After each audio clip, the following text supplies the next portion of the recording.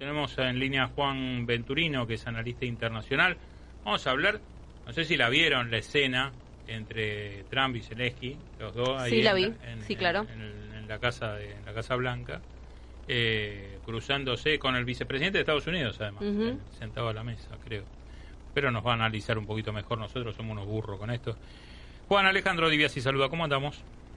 ¿Qué tal? ¿Cómo te va, Alejandro y equipo? Un placer estar conversando con ustedes. El placer es nuestro, Juan. Bueno, contame qué fue lo que pasó en ese encuentro entre el presidente de Ucrania y el presidente de Estados Unidos, y cómo queda parado cada uno ante este escenario. Bueno, primero que nada fue un fenómeno realmente muy interesante para que, como bien decías vos, el ciudadano de a pie se desayune un poquito de qué se tratan los grandes negocios de la guerra, ¿no? Bien. Cuestiones que verdaderamente escapan a nuestro ideario, a nuestra cotidianeidad. No la imaginamos, no lo entendemos, no lo vemos y tampoco nos lo muestra, ¿sí? Esa pequeña escena, digamos, que vimos tragicómica, donde Trump lo retaba a Zelensky y le decía que estaba mal vestido y todo lo demás, digamos, detrás de eso que nosotros vimos, esa pantomima, vamos a decir, mal actuada, ¿no? Hay intereses, y los intereses que mueven verdaderamente al mundo. O sea, no los nuestros, no el tuyo, el mío, que está basado en el amor, en la fraternidad, en esta idea, digamos, de que hacer el bien sin mirar a quién, y todas estas cuestiones, porque básicamente por ahí nos pasa la vida. Seguro. Bueno, el poder habla en otros términos. El poder de las armas y de la guerra es otro idioma completamente distinto, y ahí vimos, de alguna manera nosotros vimos alguna pincelada, más allá del reto, de lo que estaba pasando, este reclamo de pedimos dinero, ¿no? Y además abiertamente, ¿no? Porque acaba de decir, si nosotros no estábamos en la guerra, él acababa de reunirse con su par ruso diciendo que resolvía lo de la guerra. Ya se habían repartido de alguna manera, lo vamos a decir ahora sí, bien en criollo, se habían repartido cuál era la parte que le interesaba a cada uno de Ucrania.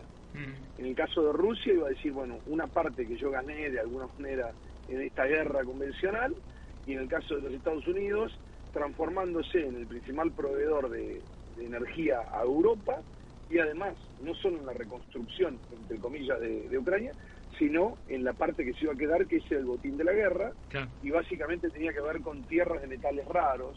Esto hay que explicarlo, tiene que ver con elementos que son esenciales en industrias específicas, lo que llamamos nosotros de alta tecnología, y que obviamente no hay en todos lados. Entonces podía ser interesante ese botín de la guerra, ¿no? Un poco, Juan, ¿sabés qué me queda? Cuando yo vi las imágenes, eso, y uno que estaba más metido, recién hablábamos de series y demás, ¿te parece una escena justamente de una serie de televisión? Sí, eso, ¿no? House of Cards. Claro, no te da la impresión de dos presidentes y un vicepresidente que sean tan duros y que muestren esa cocina, ¿no? De como bien marcás vos, de dónde está el reparto de esta torta. Sí, en general eso no trasciende. De hecho, los principales actores de eso no están. Son los generales de la guerra, aquellos que están asesorando en geopolítica. No los vas a conocer, no los vas a ver, son nombres que a vos no te dicen nada, que sin embargo, digamos, tienen tanta importancia a la hora de tomar determinaciones y decisiones como lo que vimos de Trump. Finalmente, Trump tiene esa lógica de empresario, digamos, gran empresario de la construcción, porque esa es su experiencia de toda la vida, ¿no?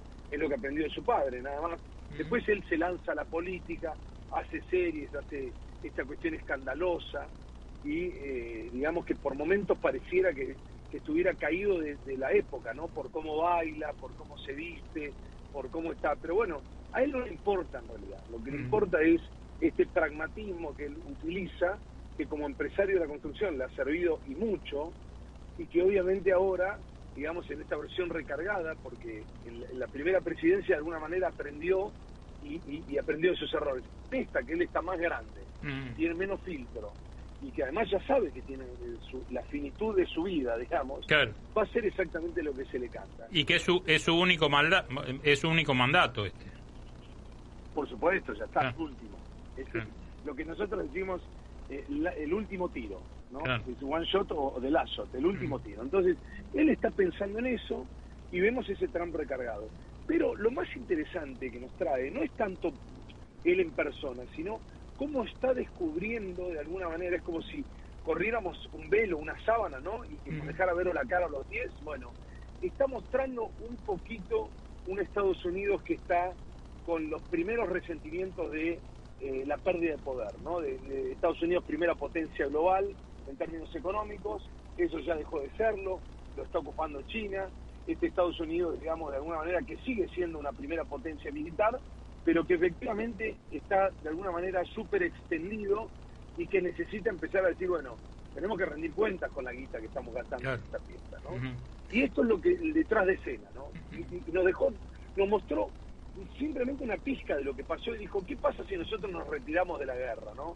Y esta idea de, pero bueno, ustedes son el sheriff, ¿no? Nos deja más preguntas que respuestas.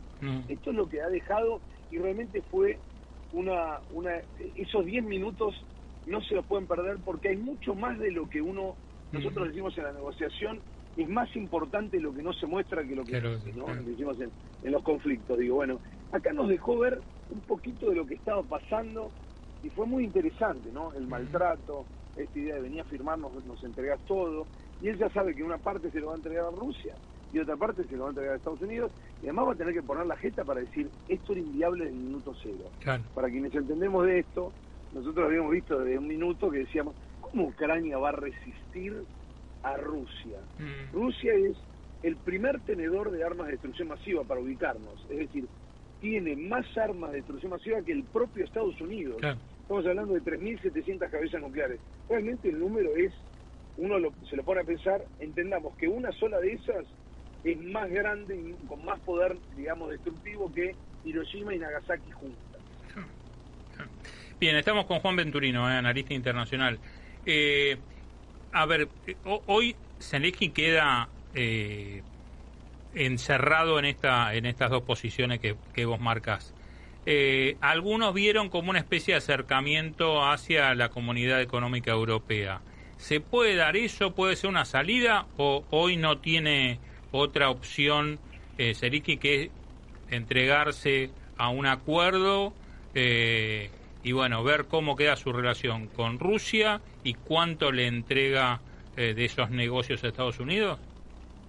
Sí, la posición de Zelensky realmente es muy agotada, muy acotada, y se la agotó de alguna manera el mechero, ya está, ya no tiene más resto. La probabilidad de negociar siempre es a la pérdida, está claro eso, para mí es indiscutido. La pregunta es con quién y cómo y cuándo, digamos. Y sobre todo, la más interesante es cuánto trasciende de esto. Estados Unidos ya claramente dejó ver que era lo que quería de Ucrania, ¿no? En este punto, y obviamente hay una parte que no se va a dejar ver, que tiene que ver con el negocio. Para que entendamos el negocio de la guerra, nada más, para tener una mínima dimensión, no solo de lo que gastan, sino de lo que significa, digamos, de las grandes industrias del planeta, la madre de todas las industrias, o sea, la más importante es la de la guerra, la industria bélica. Es decir, cuando vos ves un gran auto, un gran avión, lo que se te ocurra ver de alta tecnología, primero estuvo en un laboratorio para la guerra, y nosotros le decimos, antes de que, digamos, viera la luz, este avión que vos en el que subís, en un avión, digamos, un avión civil, ¿no? Un avión comercial de Airbus o de Boeing o de lo que se te ocurra, fue un laboratorio para la guerra, inyectado por lo que nosotros decimos en chiste, el guitoducto. Es decir, cuantiosas sumas de dinero al punto de que ni siquiera se sabe cuánta guita hay. O sea, para un avión de guerra, simplemente el primer avión por ahí son miles y miles de millones de dólares en desarrollo, en lo que llamamos investigación y desarrollo, en un laboratorio que obviamente no trasciende. Ni yo lo vamos a ver porque es secreto. Entonces, digo, para entender de lo que hablamos, es toda la gran industria que vos ves, primero estuvo en un laboratorio de la guerra. Juan, para cerrar, ¿cómo queda la Argentina que primero, Juan Zelensky estuvo acá en la asunción de Javier Milei, un acercamiento notorio, algún legisladora viajó a Ucrania, les dimos mucho apoyo y hoy con la posición de Estados Unidos quedamos medio en offside o medio mal parado. ¿Cómo? Yo sé que no movemos el perímetro nosotros, pero digo, ¿cómo queda la Argentina en esto? Bueno, queda la Argentina como siempre, de alguna manera, el hecho de que no tuviera una política, digamos, exterior, que no tuviera una política real, una política de Estado, siempre nos deja a nosotros, de alguna manera, con esa sábana corta, como decíamos en un comienzo, ¿no? O descubrimos los pies o no nos vamos arriba, ¿no? Claro. Esta idea de no ser nada y sobre todo no saber qué quiere la Argentina, ¿no? Entonces tenemos estos impulsos, si se quiere, testiculares o ováricos del rey, del reyesuelo, entre comillas, de turno, y esto realmente nos amputa la posibilidad de proyectar.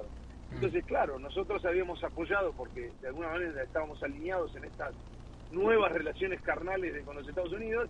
Ahora Estados Unidos cambió de mando, cambió de lógica, y quedamos en offside, y ahora obviamente lo tenemos a nuestro presidente, que obviamente generalmente se anota primero en dar vergüenza, borrando todas las fotos de Zelensky, diciendo ya no lo apoyamos más, no sabemos quién es. Y ahí también aparece esto, ¿no? Apoya a la Argentina, ¿cómo y cuándo, no? El apoyo, más allá de esta idea que nosotros hemos tenido histórica de neutralidad, aún en situaciones de Segunda Guerra Mundial, eso sí realmente era jugado para la Argentina, la neutralidad, no formar parte de unos o de los otros, no del eje, de los aliados. Esta idea de estar al margen, bueno, la hemos tirado por la borda precisamente por estos cachivaches que hemos tenido históricamente, por lo menos en la historia reciente, que obviamente ni siquiera leyeron, ni aprendieron, ni estudiaron, ni siquiera se asesoraron por gente que supiera. Entonces quedamos ahí, digamos, quedamos jugando en offside, pero muy en offside, en términos futbolísticos, digamos, no es que estaba jugado, estaba de alguna manera en discusión, eran unos centímetros. No. Estábamos a una cancha de distancia. Juan, te agradecemos muchísimo la charla con Radio del Plata, te mandamos un abrazo enorme. Por favor, el agradecido yo siempre de la convocatoria. Por favor. Juan Venturino, analista internacional.